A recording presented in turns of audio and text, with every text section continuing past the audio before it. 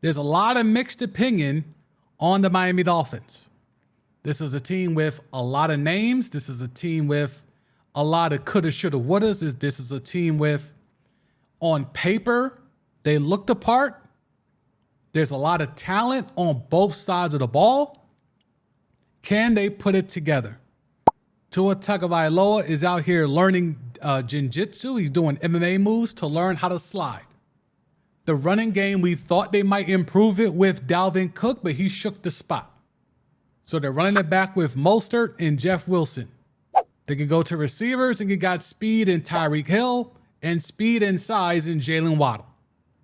The tight end position, I know McDaniel was not that high on Gesicki.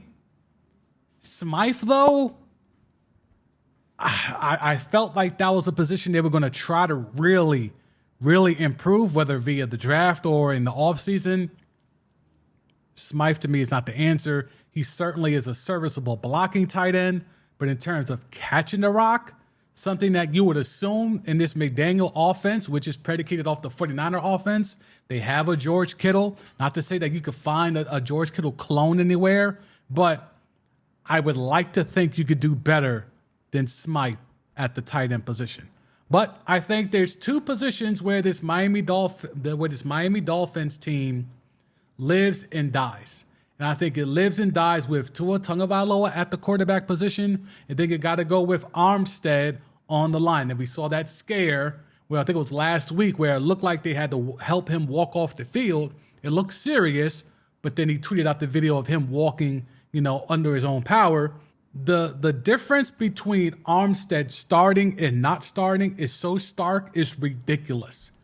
He is that important to the success of not only this offensive line, which is unheralded everywhere else, but just to the entire offense. Teron Armstead is arguably the most important player on this offense. Tua's right there because he's the quarterback, and we know how we have overemphasized the importance of the QB position, but Teron Armstead is just as important, if not more, than Tua Tagovailoa. This offense should not be the issue. The thing you're going to have to ask yourself is, how does this McDaniels offense evolve?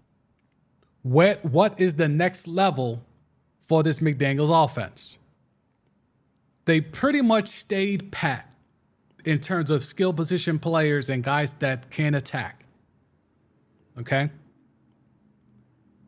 Is it really just a thing of, if we have Tua and he's healthy, and we have Teron Armstead and he's healthy, we're going to look like the squad that was at one point in the year last year was putting up 30 pieces relatively easy.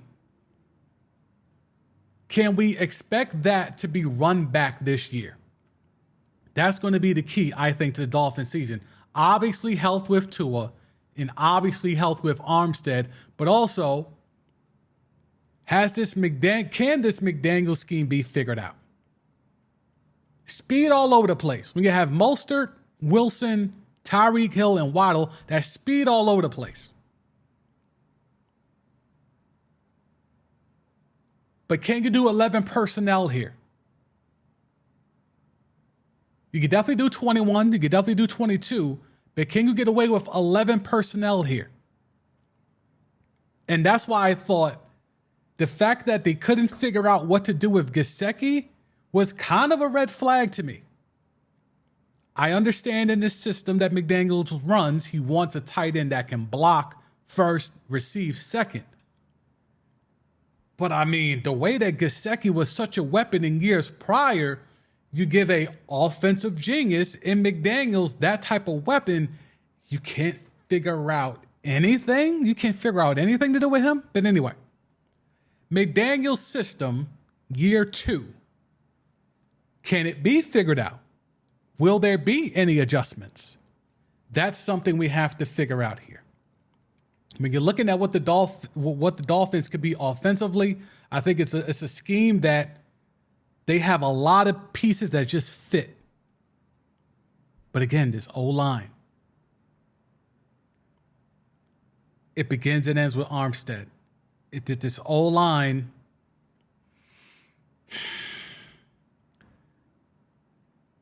when you're really trying to decipher if a O-line is more prevalent for run blocking or pass blocking, there's certain metrics you can do.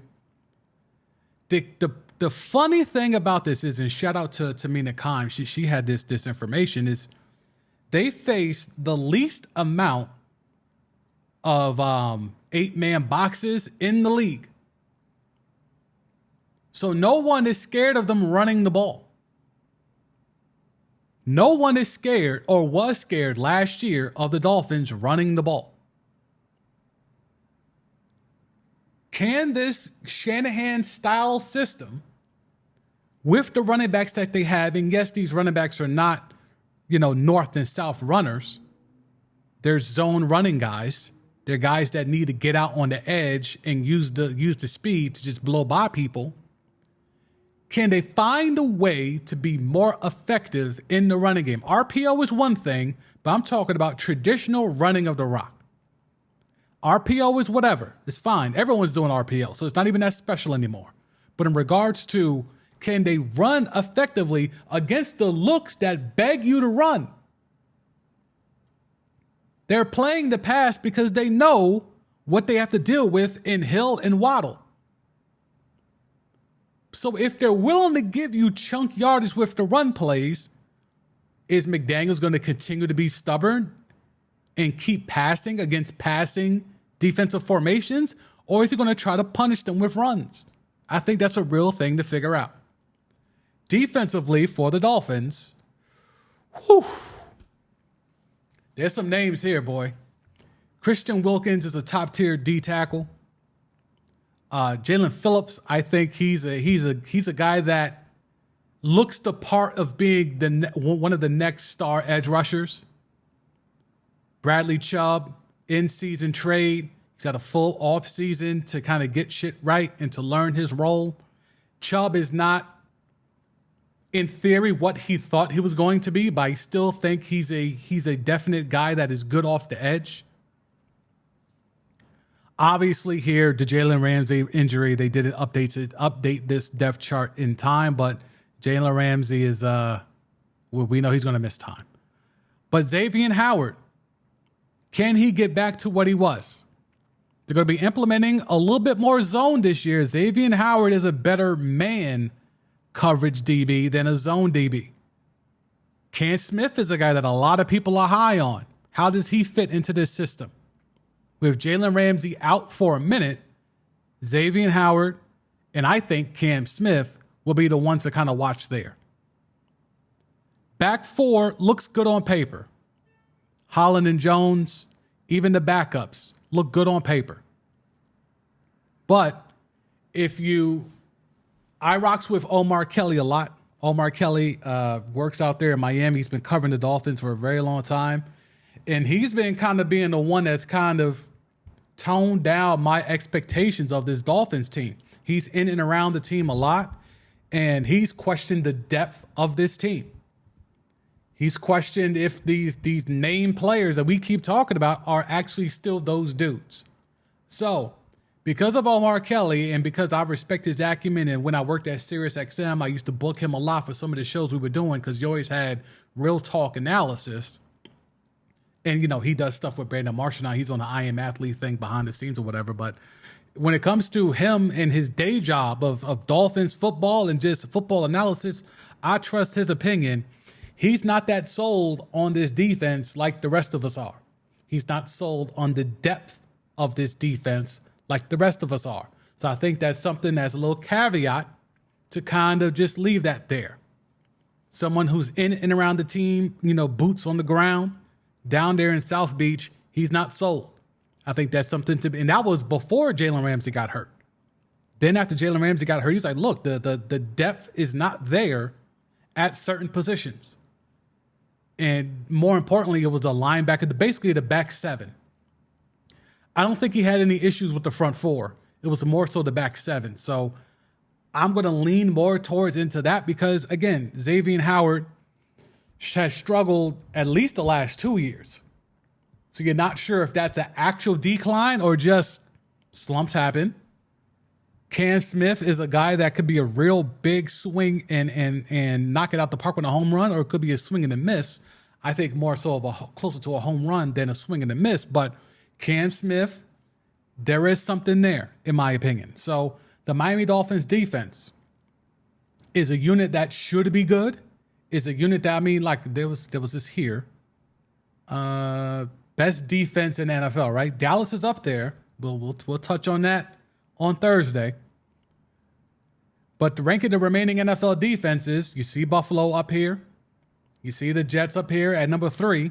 And then towards the bottom, Patriots will get there next. Top 10 defense, apparently. But rounding out this top 10, you have the Miami Dolphins. Again, man, it's Vic Fangio in that zone that he likes to implement. We'll see how that is. We'll see how that is. They start with the Chargers. That could be a winnable game. At Patriots on Sunday night. Broncos, Bills, Giants, Panthers. Okay, got some Panthers love in there. Eagles, Patriots, Chiefs in Germany. Then a bye week. So they get the bye week after going to Germany, but the Bills don't get the bye week after going to London. Interesting. The flight isn't that much longer. Like, I guess Miami to Germany is a longer flight than New York to London, I guess, but that's interesting how Miami gets the bye week after the Europe trip, but the Bills do not. Raiders, Jets, Commanders, Titans, Jets, Cowboys, Ravens, Bills. Okay, so this schedule appears to be a little bit more balanced than the Bills one. The Bills schedule, to me, is helter-skelter. But I think the earlier bye week helps these teams with difficult schedules because you get a chance to take a breath and catch a reprieve. Playing the NFC South, and especially getting the Panthers and who was the other one? Panthers, you get some Titans in there. I don't know. This schedule, it looks tough on paper, but I don't know if it's as tough in terms of the layout of the games and the order of the games as we have watched with the Bills schedule. Right now, of these 3 teams, I think the Bills have the most difficult schedule from the layout perspective, from the order of the games in which they have to play. I think the schedule is probably easier than the Jets, but it's definitely easier than the Bills. Of the 3 teams, I think the Dolphins have the easiest layout of the games on the schedule so far. So maybe that's why their number is 9.5, because when you look at how these games are laid out, I can see 9 to 10 wins. Assuming health, assuming Tua and Armstead are on point for that offense, I can see 10 wins here.